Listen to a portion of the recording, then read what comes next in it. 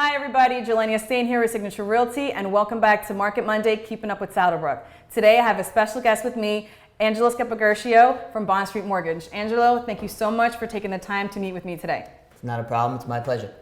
One of the big things that most people are scared of during the home buying process is the mortgage loan application, which honestly, who could be scared of that face, guys? Angelo and I are really big on educating our clients and making sure they have all the information they need. So with that being said, the one thing I want to go into with Angelo is tell us a little bit about yourself and Bond Street Mortgage. So I've been in the business for about 2.5 years now. We're located in Paramus, New Jersey. We're a direct lender, so we are the bank. And we do specialize in FHA, VA, government loans, conventional loans. We can also do commercial loans as well. So one thing that I know that was ingrained into me growing up was having to put 20% down when purchasing a home. Now, let's do the math. I'm not a math whiz, but what's 20% of $300,000? $60,000. How long does it take to save up $60,000? And when you do, you just want to hand it over to the bank for your mortgage? I certainly don't. So Angelo, give us a little bit of insight on putting 20% down versus not putting 20% down. Sure, not a problem. So the common misconception when purchasing a home is that you are required to put down 20%. That is not true. You are actually required to put down as minimum of 3 to 3.5% down based on the qualification parameters of the borrower themselves. So it's based on a case-by-case basis. So when you're putting down less than 20%, you are required to pay mortgage insurance. So that PMI is something that most people lean towards the 20% of. When you're purchasing an investment property, however, you are required to put down at least 25%. Okay. So keep that in mind. There are programs for 15% down. However, we do, request that you put down 25% as it's going to help you better the overall terms of the loan. So now when it comes to the mortgage insurance. Okay, so now, sorry to cut you off, but mortgage insurance, the acronym is PMI. So let's start with the definition because remember, a lot of people out there don't know the terms. We speak shorthanded, so I just want to be clear for everyone out there. Not a problem. So PMI is private mortgage insurance, and that's exactly what it sounds like. So that is insured by a private lender, and it is basically to protect the bank from default. So now PMI is on a conventional loan, and that is when you put down less than 20%.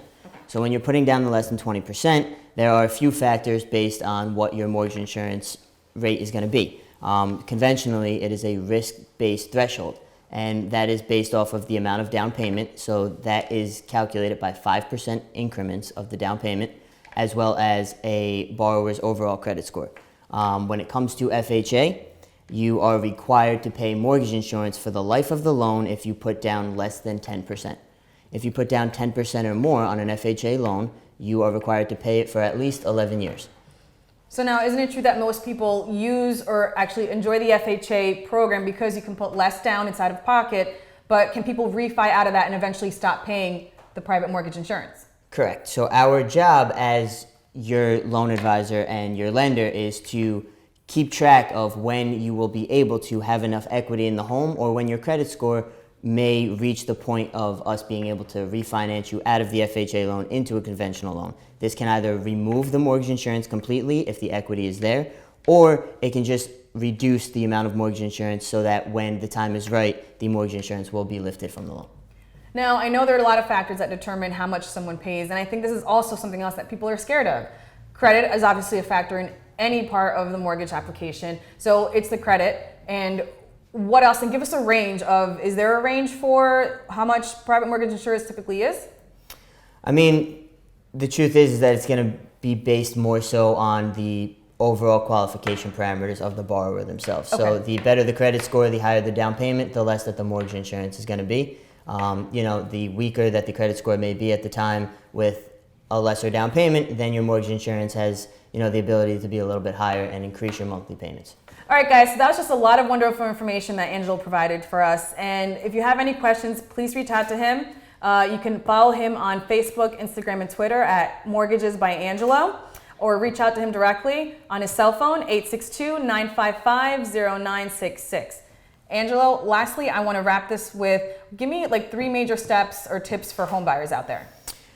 So the 3 tips when purchasing a home, the number one overall tip that I will preach is that you want to be able to get yourself in a comfortable position to purchase a home. So you want to think about your budget of the max payment that you want to have on your monthly mortgage obligation. So that's the one thing, because then that allows, when you're looking to purchase a home, it allows for you to kind of narrow down a price range when searching, and you don't want to live paycheck to paycheck. So you always want to have that. The second thing is the credit score.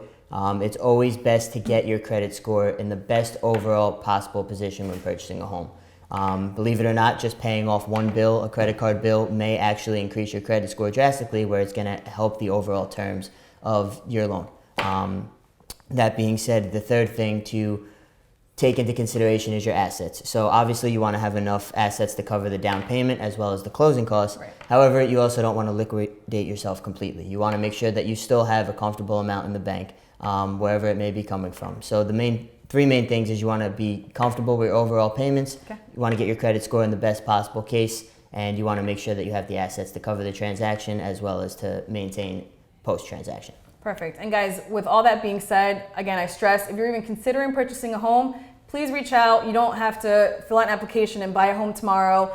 There is always groundwork you can lay, have someone look at your credit and give you tips on what the best scenario is to have that in place when you're ready to actually make a purchase. Angelo, thank you again so much for coming out. You provided so much information, and again, that's what we do. We have worked personally on, we share a client right now, we've worked together in the past, and everyone always says the same things about you. You explain things well, you're there for them, day or night, weekend, and that I think is huge on a customer service standpoint. So guys, thank you so much again for being here with us, and just a few dates around town. The last event here in Saddlebrook is the Trunk or Treat this Saturday at 12 o'clock at the Saddlebrook High School Gymnasium. And again, let's be social, stay in touch with me, hashtag realestateandjele on Instagram and Facebook, or my handle at Jelena Same Realtor. Like, comment, and share, and I'll see you guys next time. Have a good one.